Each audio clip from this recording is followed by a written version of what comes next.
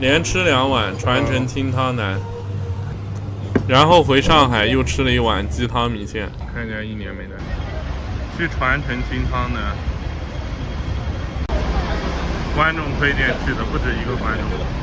之前好像火过一把，说用鳝骨牛，新鲜不可以了。但是我看几个香港专业测评的人好像说不太行，那看看吧。到了，我还想着怕是没开门，看着。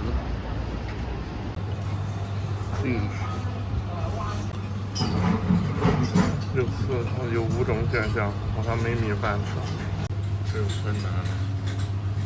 选米粉加牛丸，卖完了，看不到里面做菜。人没那么多了，我估计是改配方了，以前可能没现在好。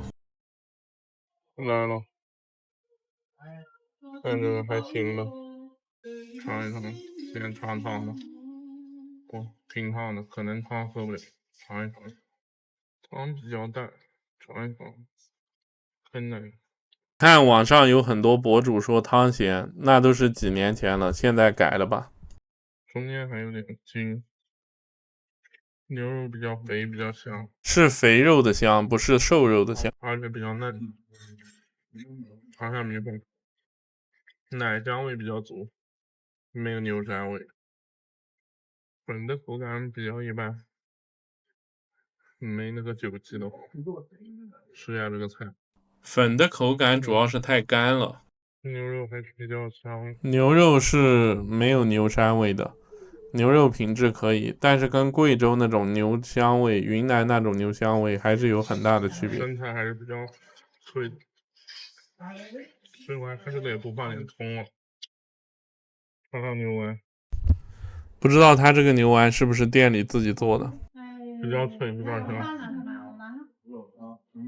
牛丸还可以，跟潮汕差不多，应该是自己手打的，就是粉有点干。如果吃牛肉的话，他家比9记好。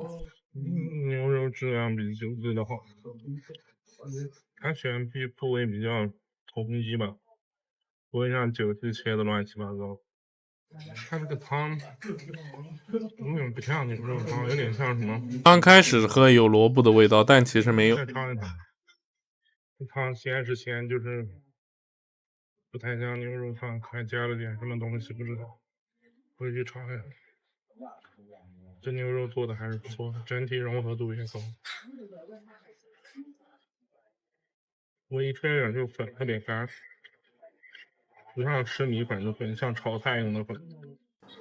综合来说的话，还是一家非常不错的店。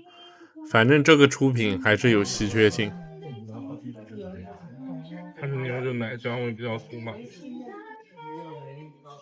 就大陆的那种国产牛，没什么膻味。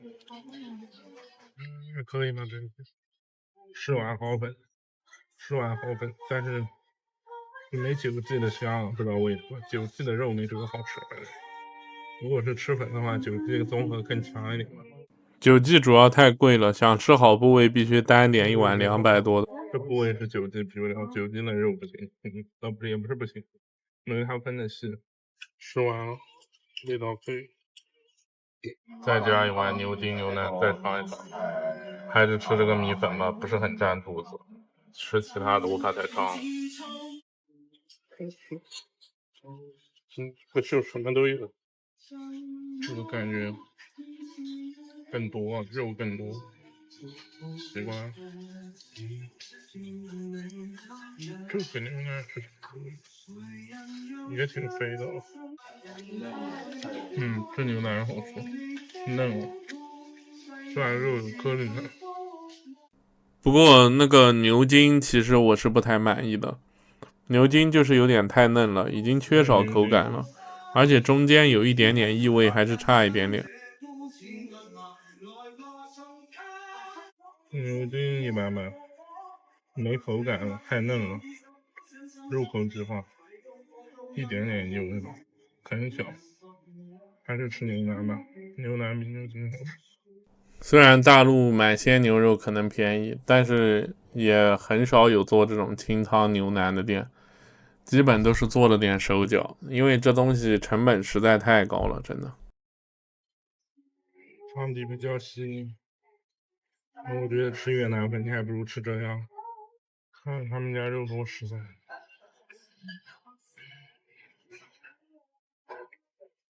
我还是更喜欢来店里吃，自己煮的话，成本也很高。这店里卖的我觉得不算贵。我觉得还是直接吃坑腩或者是其他部位吧。这个牛筋牛腩味道还可以。这鳝骨牛不就大陆的那种普通的鲜牛肉吗？它这个汤有点奇怪，就是我吃到现在嘴巴里有点回甜，我感觉没科技。反正味道可以，比九记牛腩稍微差一点点，但它牛肉比较细分，牛肉给的做的比九记要认真点，九记呢很多都碎了，但整体汤配着粉，九记要好吃一点点，但没有啥本质区别，他们都不像，他们主要没用到那种大陆更高级的牛，反正就是大陆家常味，我感觉。很多人自己在家大陆都能做出这个味道，可能刀工没他好吧，处理的杂味可能会比他多一点。回到上海凌晨2、3点钟了，来吃个24小时以前打卡过的鸡汤米线。看起来1年没来吃汤怎么样？现在刚从香港回来，凌晨2点来尝一尝，汤好像又行了。再尝一下这牛肉，看着不太行，牛筋。你们别看这肉难看，但它本质就是香。有牛香味。用这种真牛肉也很贵，这一点40多。但是部位不是很好，香啊。香港的那些牛肉没有这种香味，虽然部位比这个好。这个肉虽然老，但是香。还可以，虽然降了食材，但味道还是可以。它的梅科技很多真材实料的鸡汤。